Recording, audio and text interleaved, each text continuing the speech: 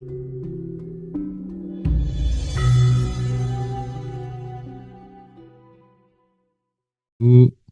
ada satu tempat yang menerima mereka yang namanya pesantren tanpa biaya, disuruh hafal Quran, disuruh ngaji, diajari tunduk dan patuh sama ustadz, sama guru. Tapi di tengah malam, HP-nya berdering, tiba-tiba ada WhatsApp masuk dari sang kiai untuk minta ditemanin tidur dan dia menolak. Tapi diancam akan dikeluarkan dari pesantren, dia nggak punya rumah lagi, dia nggak punya pilihan lagi. Lalu terjadilah teman-teman hal yang sebenarnya nggak boleh terjadi, bukan sekali, bukan dua kali, bahkan bertahun-tahun. Ini bukan sebuah cerita yang fiksi, sahabat, ini kejadian nyata. Dan korbannya bukan satu, tapi puluhan, bahkan lebih dari 50. Hari ini kita akan coba diskusikan fakta pahit ini, karena sebenarnya ini kalau digeneralisir, ini bisa kemana-mana. Tidak sedikit pula eh, kalau kita ngomong soal dunia dunia apa sufi, dunia tasawuf, di sana juga ada mursyid, dunia spiritual di sana juga ada guru spiritual, dunia pengembangan diri, self development di sana ada coach yang memanipulasi pikiran-pikiran muridnya, jamaahnya untuk kepentingan-kepentingan pribadinya. Ini lagi-lagi tidak hanya terjadi di pesantren tapi di banyak segmen gitu. Tapi Mbak Manda, terima kasih sudah gabung pada kesempatan kali ini di tema yang tidak biasa seperti ini. Sebelum sebelum kita masuk ke akar psikologisnya Mbak Manda, aku pengen kita semuanya memahami bahwa selama ini kan hal-hal seperti ini dianggap sebagai kasus satu oknum saja gitu ya. Tapi Mhm. kalau kemudian setelah kita telusuri lebih jauh, lebih lama, lebih mendalam, kasus-kasus seperti ini terjadi di banyak tempat, di Jombang, di Bandung, sekarang di Pati, bahkan di tempat-tempat lain. Hanya saja mungkin mereka korban-korban itu, jamaah-jamaah itu, santri-santriwati dan lain sebagainya itu nggak berani untuk melakukan speak up gitu kan. Nah, Mhm. menurut Mbak Manda, apa ya kejadian-kejadian seperti ini kok kok nggak selesai-selesai gitu ya. Dan kita kan juga perlu untuk kemudian mengedukasi supaya ini tidak tidak berhenti menjadi sebuah obrolan yang melelahkan atau kemudian semacam kayak obrolan yang justru mengundang kemarahan saja. Tapi bagaimana setelah ini itu kita bisa ngasih apa yang harus dilakukan oleh orang tua, apa yang harus diwaspadai oleh santriwatinya, apa yang diwaspadai oleh jamaah ketika kemudian Mhm. dipanggil mursyidnya untuk ketemu pribadi di hotel dan lain sebagainya. Nah, hal-hal seperti ini perlu untuk kemudian kita berdialog gitu. Silakan Mbak Manda. Oke, baik. Assalamualaikum warahmatullahi wabarakatuh. Assalamualaikum. Selamat, selamat siang atau selamat sore Sore, sore. untuk semuanya. Maaf. Salam sejahtera untuk semua pemirsa setia Ngaji Roso. Terima kasih kesempatannya pada sore hari ini. Memang benar apa yang tadi disampaikan oleh Mas Hendra, ini topik yang cukup berat dan sensitif sebenarnya untuk dibicarakan, terutama di masyarakat Indonesia yang mana mayoritas adalah agama Islam. Dan saya juga tumben ini ya, kemarin tuh melihat berita tentang yang Mas Hendra sampaikan tadi yang terbaru di Kota Pati ya. Karena saya biasanya tuh jarang sekali membaca cerita. Maaf, maaf, membaca berita. Saya tuh orang yang jarang sekali membaca berita. Jadi kemarin tuh nyampe di timeline saya tentang berita itu. Tentu miris sekali ya untuk saya sebagai perempuan khususnya, dan juga saya juga sebagai murid, yang mana saya juga santri. Dalam artinya saya juga belajar kepada sosok kiai. Adanya kejadian seperti yang di Pati itu, yang sampai katanya puluhan, dalam tanda kutip korbannya santriwati-santriwati yang em, diminta secara paksa karena dibawa ancaman untuk melayani dalam tanda kutip gurunya, itu sebenarnya mencederai sekali ya, melukai dan mencederai wajah-wajah institusi keagamaan dalam hal ini khususnya pesantren dan juga wajah-wajah guru yang tidak melakukan hal yang sama seperti itu gitu. Seperti yang tadi Mas Hendra sampaikan, em, penyalahgunaan wewenang atau sexual abuse atau pemuasan hasrat secara tidak tepat dengan menggunakan kewenangan pribadi itu terjadi dalam banyak daerah gitu, nggak cuma yang terjadi di Pati aja, ternyata tuh banyak kasus yang terjadi di banyak daerah. Selain itu juga tidak hanya terjadi di ranah pesantren aja gitu, atau dalam dalam uh, wadah besar, tidak hanya terjadi dalam agama Islam aja. Aku yakin pasti di agama-agama lain yang oknum-oknum begini pasti juga ada gitu. Kenapa di Islam banyak sekali kasus yang seperti ini dan ramai sampai hari ini karena memang mayoritas warga Indonesia adalah penganut Muslim, yang which is juga Indonesia adalah negara terbesar Muslimnya, jadi otomatis kasus-kasus seperti ini um, banyak, masih banyak aja gitu kejadiannya sampai hari ini.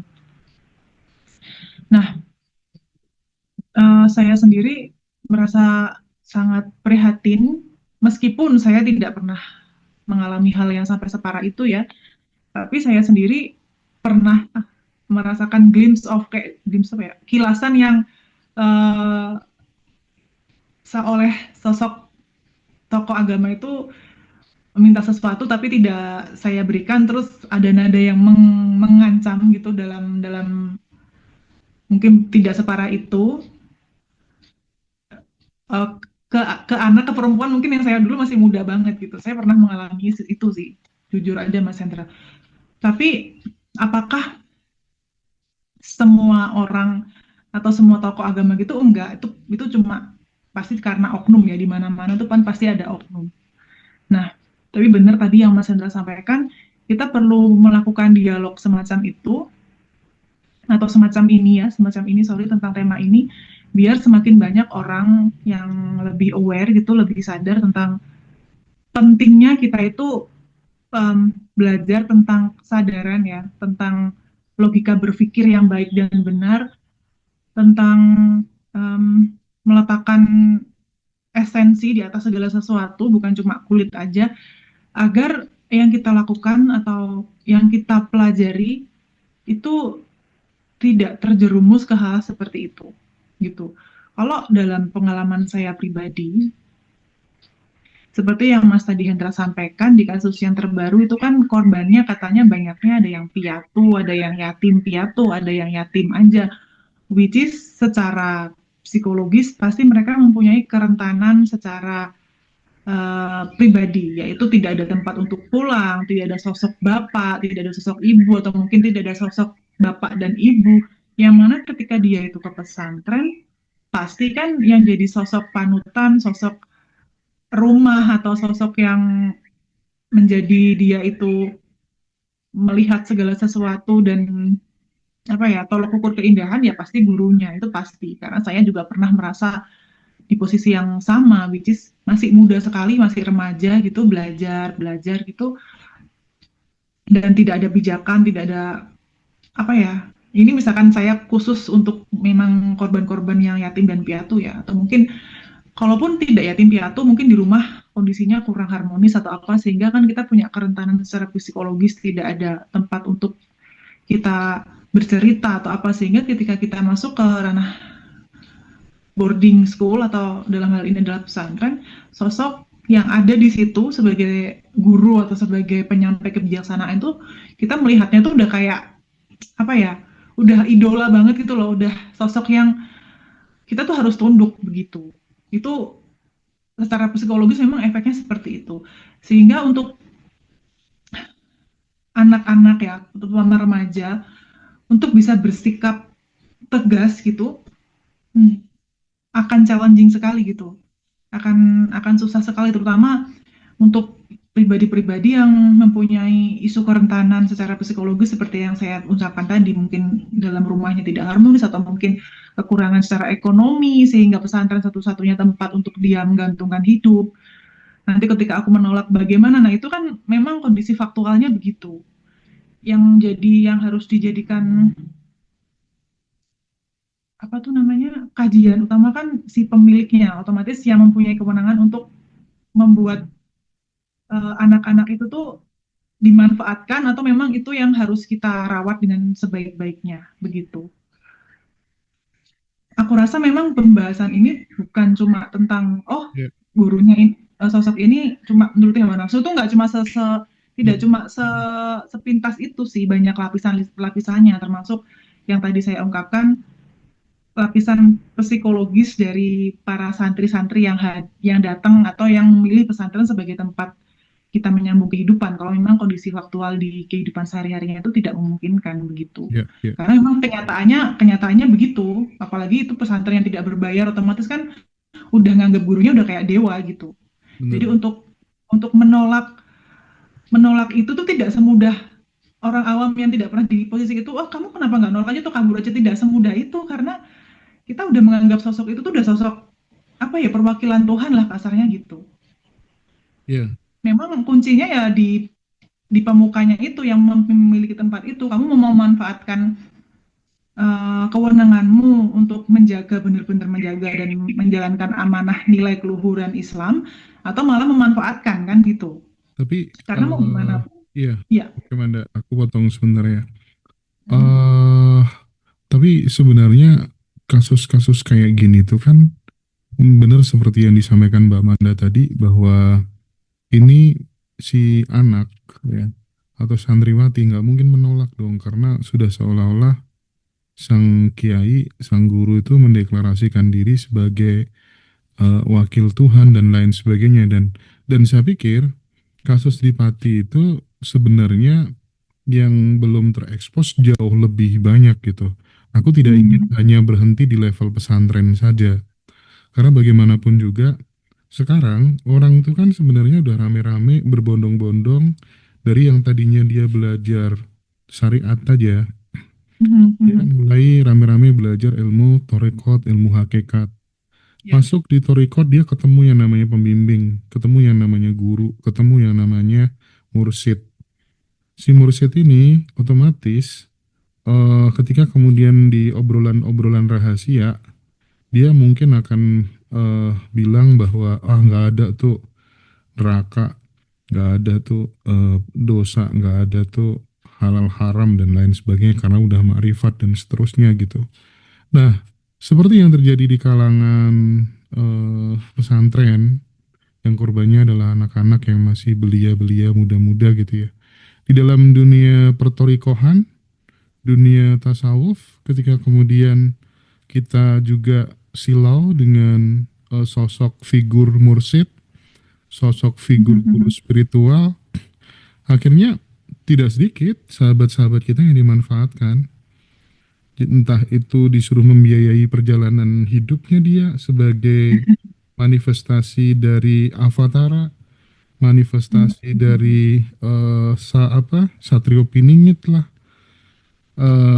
sebagai seorang mursyid dia mungkin bisa seenaknya sendiri ketika kemudian memanggil salah satu jamaah putrinya yang dianggap cantik mungkin, mulus mungkin, lebih baik daripada istrinya mungkin, dengan mm. dalih-dalih ritual tertentu biar terbuka hijab al mukasafah biar biar biar kayak gitu kan dengan berbagai macam teknik dan trik yang akhirnya ujung-ujungnya nanti disetubuhi dan lain sebagainya. Ini nih terjadi di mana-mana gitu. Maksudku, kita bikin konten kayak gini tuh gimana ya? Apa yang Manda bisa tawarkan supaya pada saat kemudian kita belajar itu kita tuh benar-benar bisa menggunakan nalar dan rasa kita gitu. Sebatas apa kita harus kemudian kagum dan bagaimana kemudian kita mulai melakukan tindakan-tindakan preventif karena guru kita itu juga sangat manusiawi sekali gitu ya. Mhm. Jangankan guru gitu ya.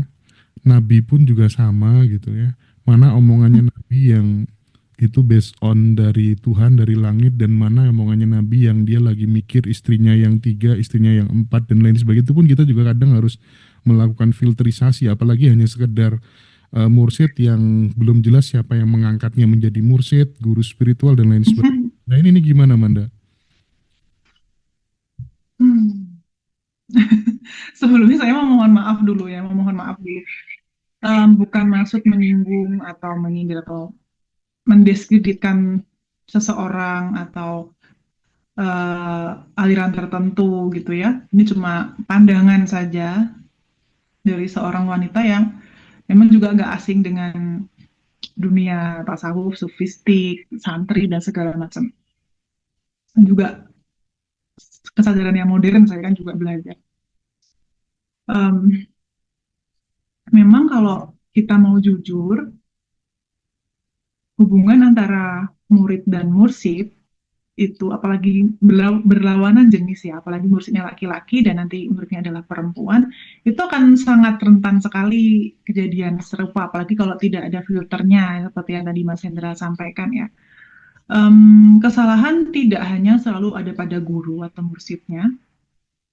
Tadi yang seperti saya singgung, kalau memang kita belajar itu benihnya atau dorongannya itu adalah kerentanan hidup, misalkan ya, saya contohkan, oh saya merasa hidup saya ini kayak menderita sekali, nggak ada sosok laki-laki atau nggak ada sosok ayah dalam keluarga saya, jadi kayak ngerasa kering kan kehidupannya. Nah udah, terus mungkin dia menempuh jalur spiritualitas karena dia Islam ya, menempuh jalur tasawuf sehingga dia membaiat dirinya ke guru gitu. Nah, karena mungkin dalam kehidupan si santrinya atau muridnya itu kosong terhadap sosok yang mungkin bijaksana, yang memberikan banyak jawaban, yang karismatik kayak gitu. Kadang-kadang rasa kagum yang akhirnya berubah menjadi rasa sayang atau cinta itu ya, itu bisa juga berangkatnya dari sisi muridnya. Itu sangat sangat manusiawi sekali dan sangat apa ya? Sangat apa namanya itu wajar karena memang berangkat dari awal yang rentan, kosong, kemudian melihat sosok yang gimana gitu, yang penuh dengan kebijaksanaan dan cahaya, kita juga akhirnya mungkin kagum, akhirnya mengkultuskan kan gitu. Sehingga yang awalnya itu mungkin nggak ada niat untuk begitu, karena ada celahnya, si mungkin beberapa mursid yang mungkin oknum itu memanfaatkan itu, kan bisa aja. Kalau memang tidak ada kerentanan atau tidak ada rasa yang mengagumi yang terlalu tinggi, kita belajar spiritual dengan niat yang bagus dan dia dengan pola pikir yang cukup kritis dan cukup berimbang ya. Ketika ada tawaran seperti itu, ketika ada glimpse atau ketika ada kilasan seperti itu, kita punya alarm sendiri tuh bisa sekali.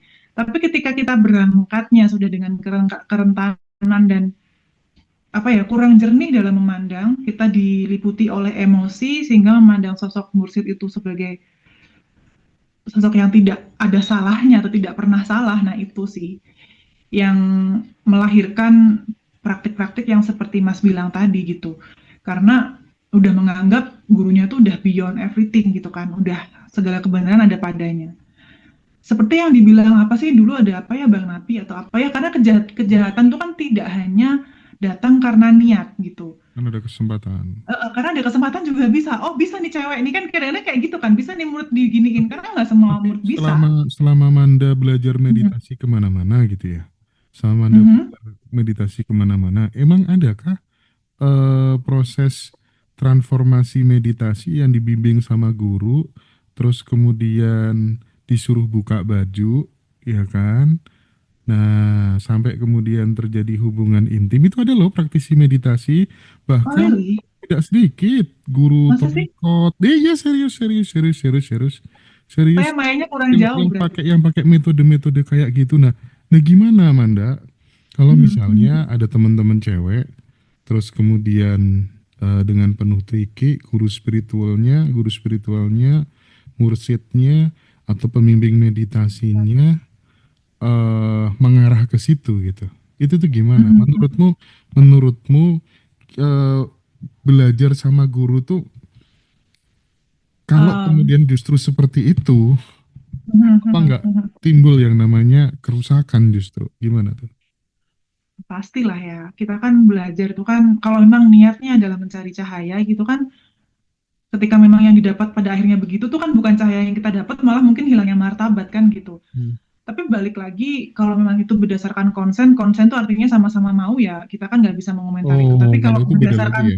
iya, kalau berdasarkan paksaan seperti yang di tadi yang Mas Hendra bilang, atau berdasarkan doktrinasi ya, oh kalau misalkan kalau kayak gini nanti kamu tidak akan terbuka cakranya, atau mungkin Hmm. energinya tertutup, ya Hmm. kayak gitu kan kadang-kadang ada kan, ini untuk Hmm. cara cepat menuju apa gitu. Ada juga yang mungkin bilang seperti itu gitu.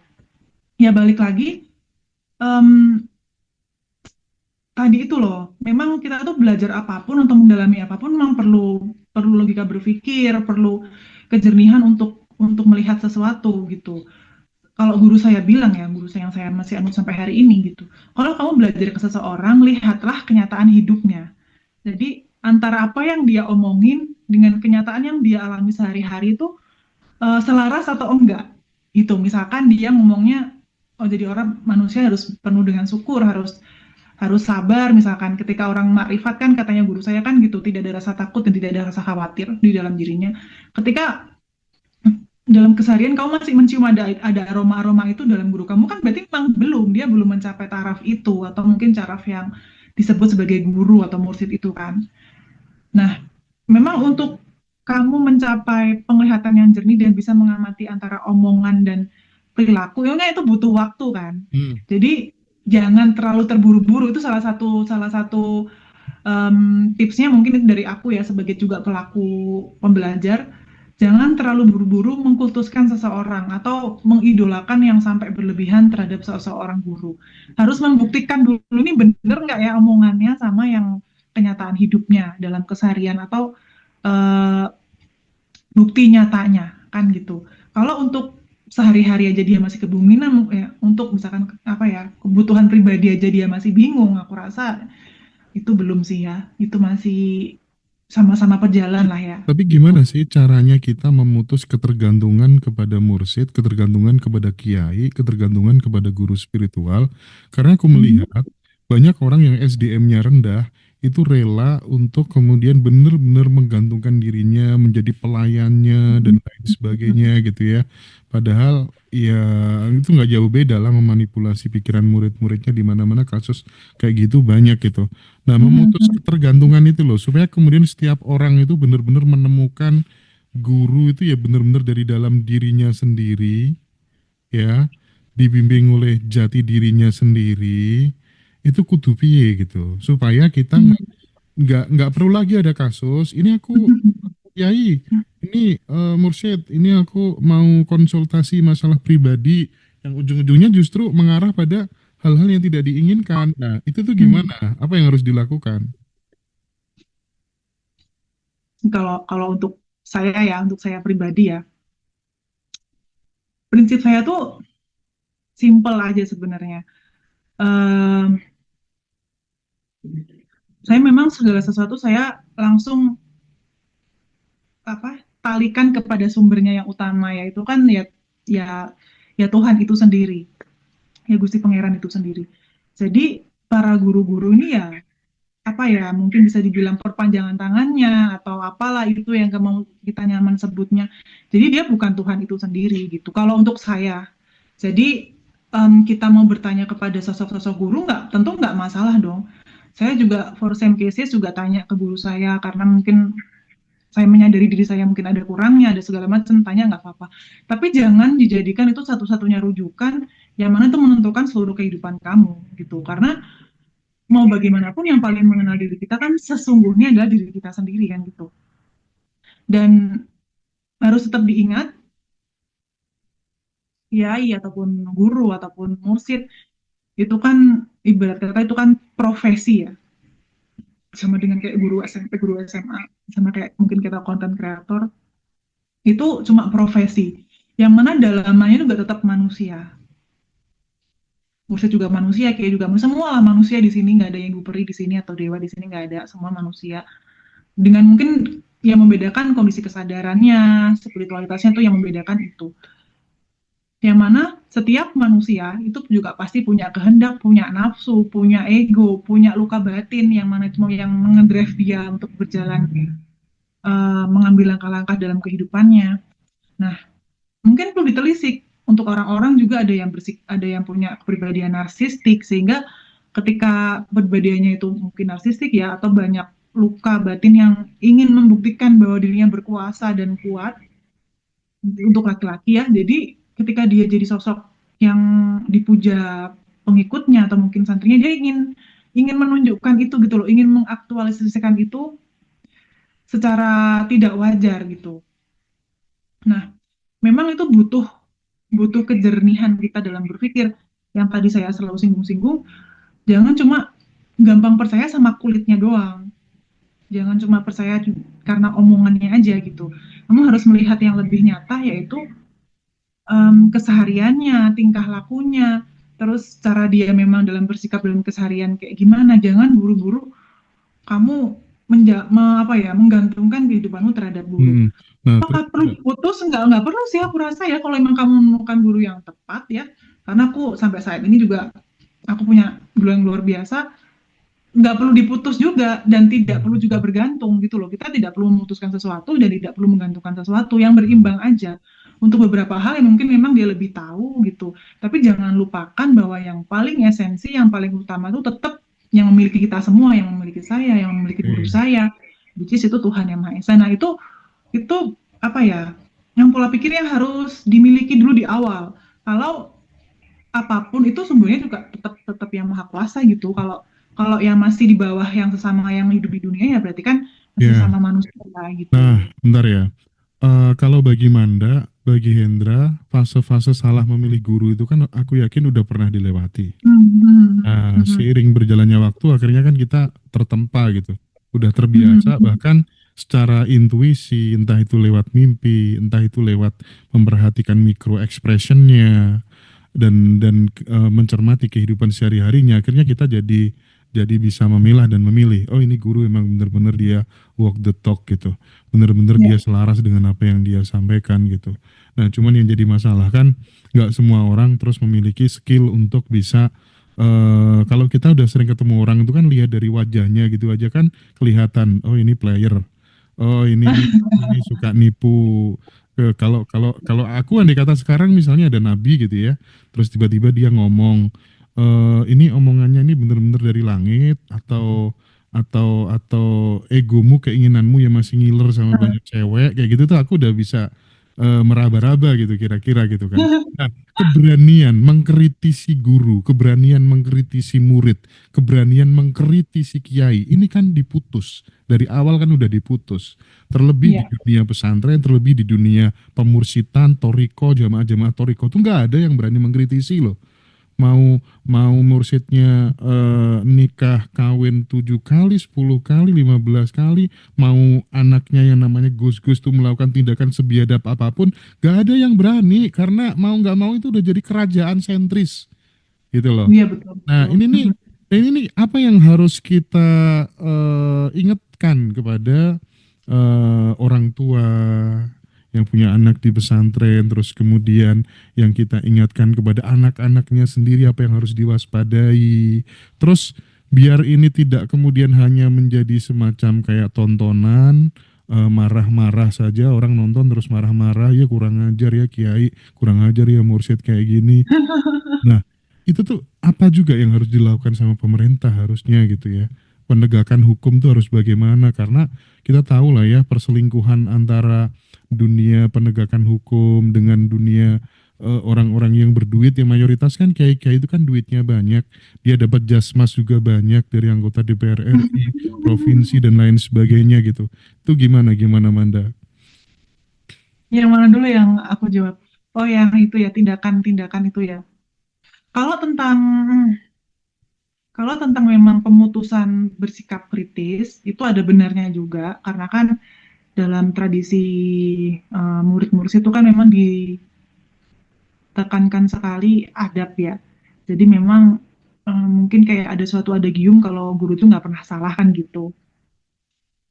Jadi otomatis kan kita memandang suatu yang dilakukan guru itu suatu suatu kebenaran gitu. Ah, kalau misalkan untuk menghentikan itu, saya sendiri juga tidak punya kata-kata yang tepat ya, kecuali harus membedakan antara kepatuhan dengan kesadaran. Jadi tetap harus diimbangi dengan itu sih. Oke, patuh, bagus. Kita juga harus menjaga adab, memang itu juga bagus ya untuk mengikis keegoan diri sendiri juga. Karena memang itu salah satu juga fungsinya, harus sopan dan segala macam, harus menghormati. Nah, itu kan salah satunya. Tapi kan kita juga harus tetap mempunyai kesadaran yang mana eh, apa ya, sikap-sikap atau cara berpikir yang mempertanyakan ini benar nggak ya gitu. Kalaupun guru tuh bilang, oh aku nih selalu benar, aku tuh adalah wali dari Tuhan atau aku tuh adalah suara Tuhan itu sendiri, itu kan terserah ya. Setiap guru tuh kan atau setiap orang tuh kan self claim bisa, maksudnya mengklaim dirinya sendiri sebagai bla bla bla setinggi apapun tuh kan bebas aja gitu. Apalagi di dunia spiritual, di dunia kesadaran, meditasi gitulah, itu bebas aja. Karena kenapa kok saya bilang bebas? Karena nggak susah untuk dikonfirmasi, yang dia yang tahu hanya dirinya sendiri. Atau mungkin kalau dalam tradisi sufi kan yang mengetahui wali kan para walinya, sesama wali kan gitu. Kalau untuk kaum awam kan tidak mengenali. Jadi itu bebas aja sebenarnya, terserah gurunya mau bilang apa. Oleh karena itu sebagai murid ya kita harus cerdas gitu, harus memiliki kecerdasan tertentu atau harus belajar untuk bersikap lebih kritis dan lebih cerdas. Oh ini bener nggak ya? Oh kalau kayak gini sudah melewati batas atau tidak gitu. Harus harus tetap punya kemampuan untuk bilang tidak terhadap Tapi, itu. tak, Tapi makanya aku bilang tapi kalau memang orang-orang itu sudah punya kerentanan sendiri secara psikologis yang which is mungkin nggak ada orang tua, ekonomi kurang hmm, bagus, hmm, hmm. terus kondisi rumah acak adut gitu misalkan, ya itu sangat rentan sekali. Makanya aku bilang itu yang juga menimbulkan akhirnya nalar kritis, terus batasan itu menjadi sangat kabur sekali kalau sudah berangkatnya di situ, udah punya kerentanan, terus dapat doktrin ya udah deh gitu, itu sempurna untuk terjadinya Oh hal-hal iya seperti iya itu. iya iya, makanya ketika kemudian sang guru mengatakan aku nih sampai meninggalkan semua keluargaku, semua perusahaanku, semuanya aku tinggalkan, ini hanya karena ini bagaimanapun juga aku udah diperintah sama leluhur untuk tugas kayak gini, semua dunia aku tinggalin, ya kamu kalau Hmm, mau ikut aku ya udah, keluarga tinggalin dan lain sebagainya. Nah, oh anak yang nalar kritisnya nggak sampai, ya kan, punya tingkat hmm, kerentanan tertentu, akhirnya dia ikut-ikut saja gitu. Makanya betul. kasusnya banyak banget, ada yang dimanfaatkan guru spiritualnya sebagai mesin ATM untuk biayai dia perjalanan ke luar negeri kemana-mana gitu ya. Apapun lah bungkusnya, bungkusnya apapun, mau kiai, mau mursyid, mau guru spiritual, mau praktisi apa tuh namanya spiritual, mau tokoh kejawen Tapi apa, sama. iya sama ya, saya Sama. juga Ya. menyadari itu kok, sama di setiap lini itu ada, setiap Hmm. setiap apa tuh namanya aliran itu ada yang kayak begitu. Makanya itu kita juga perlu belajar tentang psikologis ya, maksudnya eh apa ya, edukasi yang berbau psikologis atau yang menyentuh kebutuhan dasar manusia kayak kerentanan rasa ingin diakui, rasa ingin dicintai, itu tetap harus didengungkan.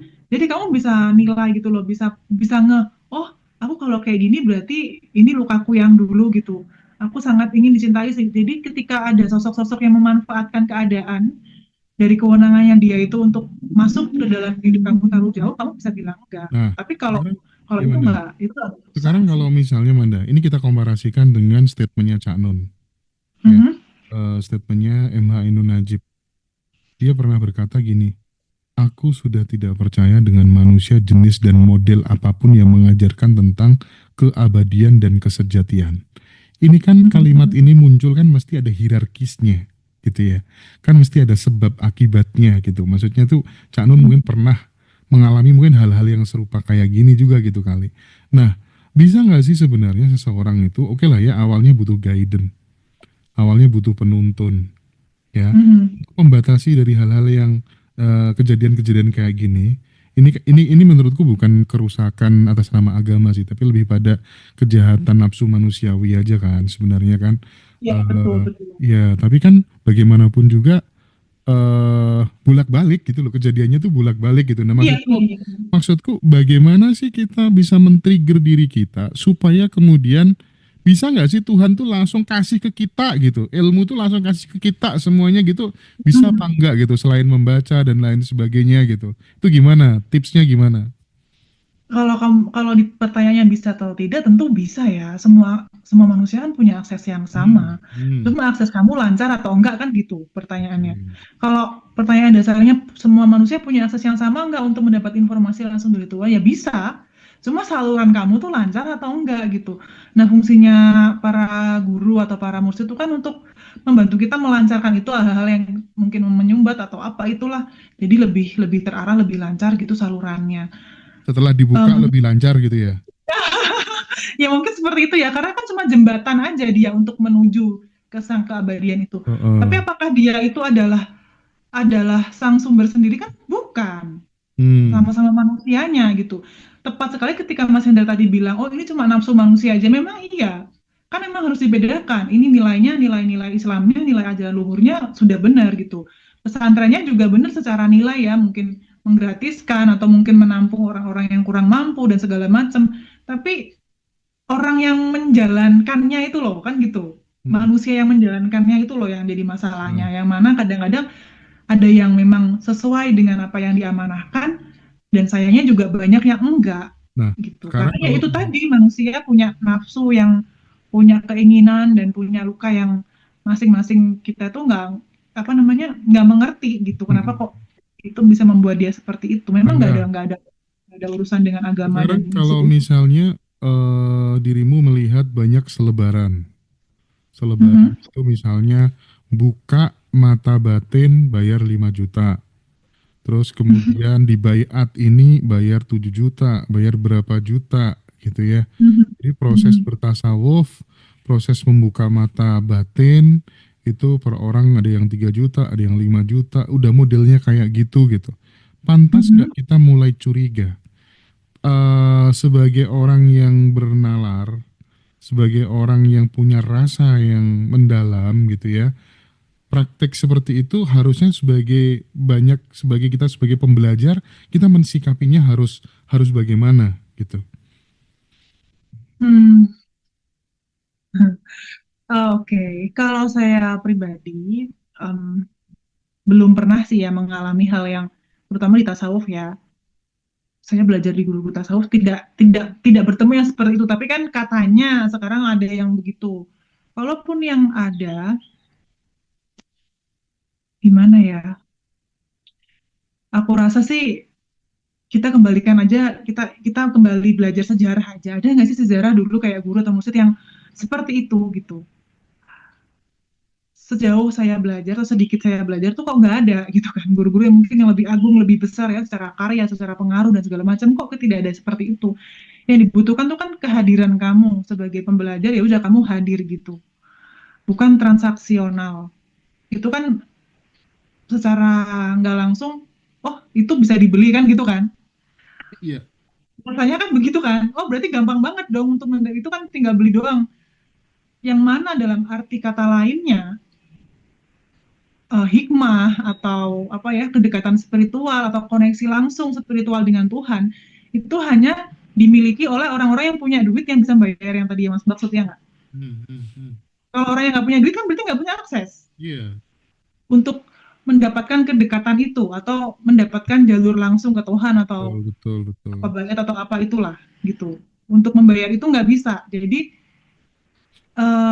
kesannya dalam tanda kutip ilmu yang ilahiyah yang mana itu which is itu adalah gratis ya Mm-mm. itu hanya dinikmati oleh orang-orang yang punya duit. Nah, Jadinya kayak kapitalisme nggak sih gitu. Tapi ya itu balik lagi ya, mungkin ada orang-orang yang memang menyenangi hal seperti itu gitu. Karena kan macam-macam sekali Anda, manusia itu. kasus-kasus Mm-mm. seperti ini sebenarnya ini yang menjadi dasar kenapa dulu awalnya ngaji Roso tuh bener-bener fokus banget di spiritualitas, terus tiba-tiba ke sini geser ke finansial, digabungkan, kolaborasikan antara spiritual dan finansial. Ini sebenarnya berangkatnya dari sini gitu. Mm-mm. Jadi terlalu banyak aku menjumpai guru-guru spiritual, guru tasawuf, mursid, kiai yang menjadikan itu semuanya itu hanya sebagai topeng untuk nyari uang. lewat memanfaatkan murid-muridnya dengan cara sedekah ke gurunya langsung. Ada yang menggadaikan sertifikat, ada yang jual mobil dengan harapan kemudian rezekinya jadi lebih banyak. Ada yang sampai cerai gara-gara keputusan sepihak.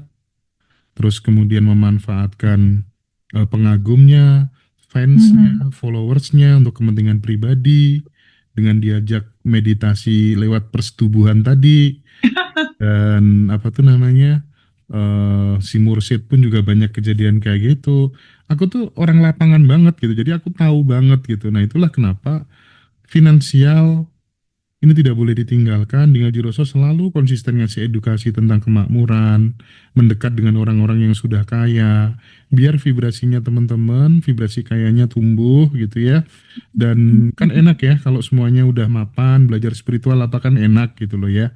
Jadi kita nggak apa tuh namanya nggak boros energi juga. Aduh, udah belajar mendekat dengan Tuhan tapi ATM istri kosong dan lain sebagainya kayak gitu kan nggak enak gitu. Nah itu ya teman-teman. Jadi sekali lagi konten ini dibikin dalam rangka untuk kita harus udah dikasih tool sama Tuhan tuh berupa nalar, berupa pikiran, berupa rasa. Itu yang kita Mhm. gunakan untuk memfilter. Oh, kalau kayak Mbak Manda gitu kan kayaknya udah bisa orang ini. Nah, itu kan kadang penting gitu loh. Suudon di awal tuh kadang ada pentingnya, ada gunanya juga kadang. Iya, Iya nggak sih? iya, iya. Uh, Iya, itu juga salah satu petunjuk sih. uh, uh, uh. Mhm. Jadi gitu. Ya memang berprasangka buruk tidak bagus, tapi kalau untuk berprasangka buruk yang Preventif lah ya. ya untuk tindakan preventif menyambung tadi sebagai kayak tadi Mas Hendra nanya, kalau sebagai orang tua gimana, sebagai kita sebagai santri gimana, nah itu tuh tetap lebih bagus lah tindakan preventif karena kan memang hubungan antara murid dan mursyid, antara santri dengan kiai itu memang kan deket sekali dan tipis apa ya sulit untuk nanti melakukan penolakan karena ada rasa kekaguman, harus ada doktrin ketundukan dan segala macam itu jadi kompleks sih memang.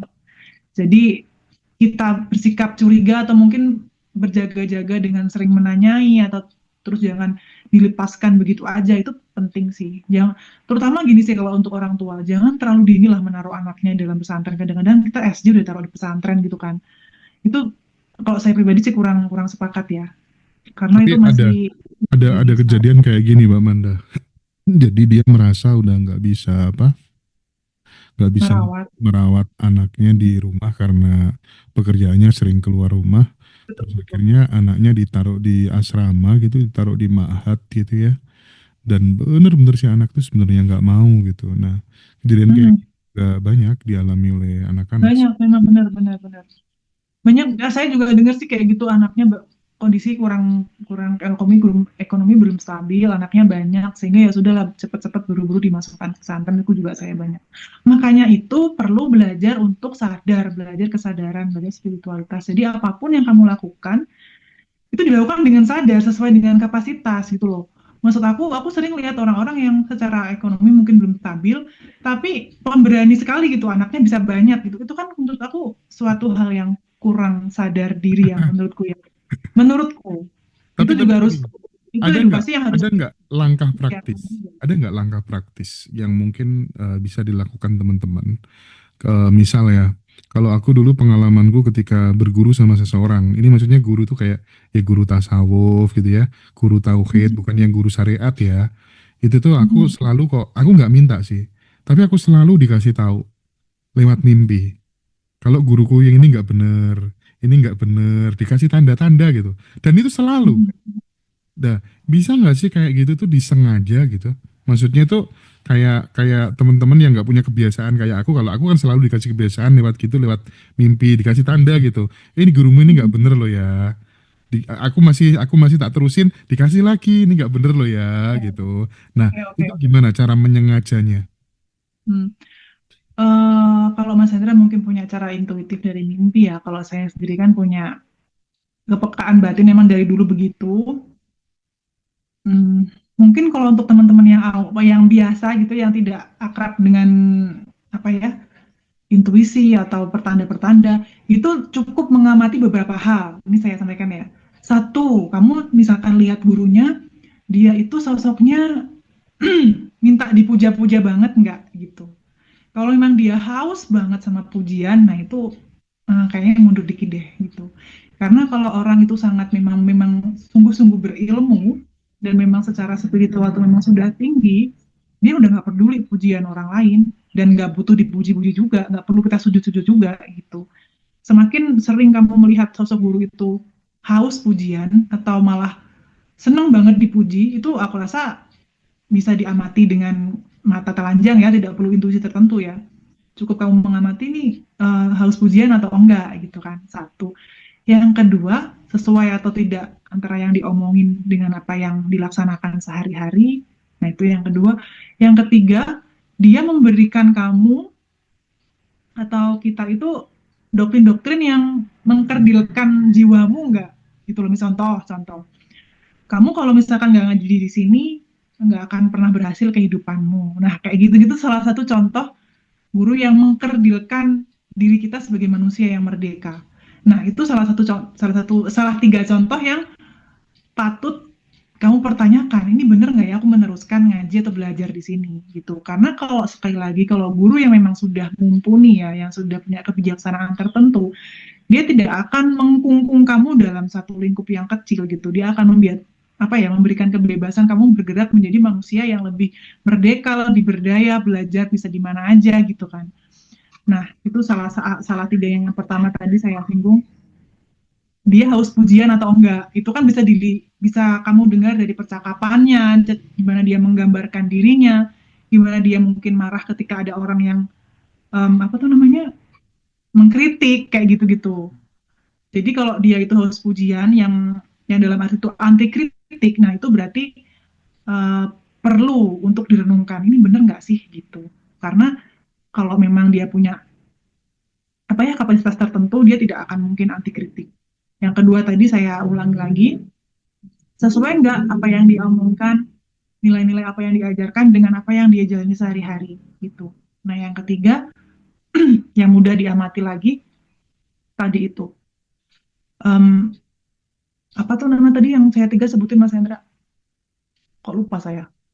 Ayo, apa? Oh itu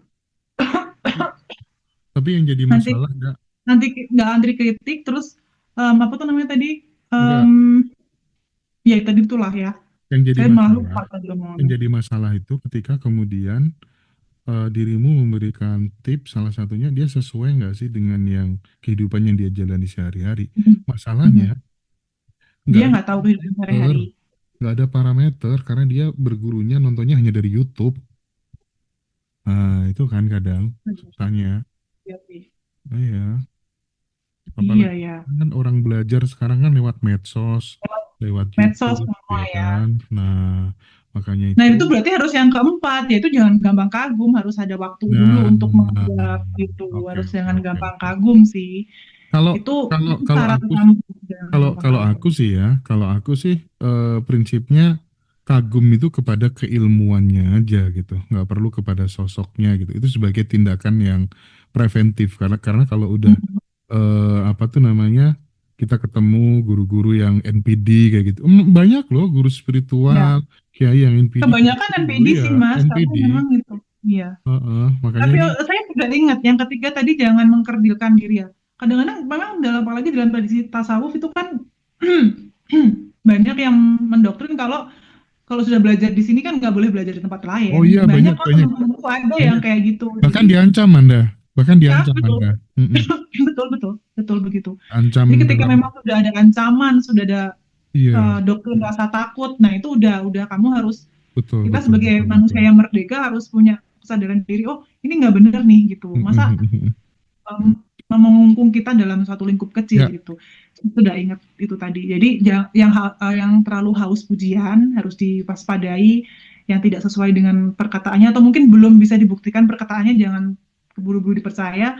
Yang ketiga, ketika dia banyak mendoktrin dengan rasa takut, jadi kamu akhirnya takut bergerak, takut belajar yang lebih lain lagi. Nah, itu perlu juga diwaspadai.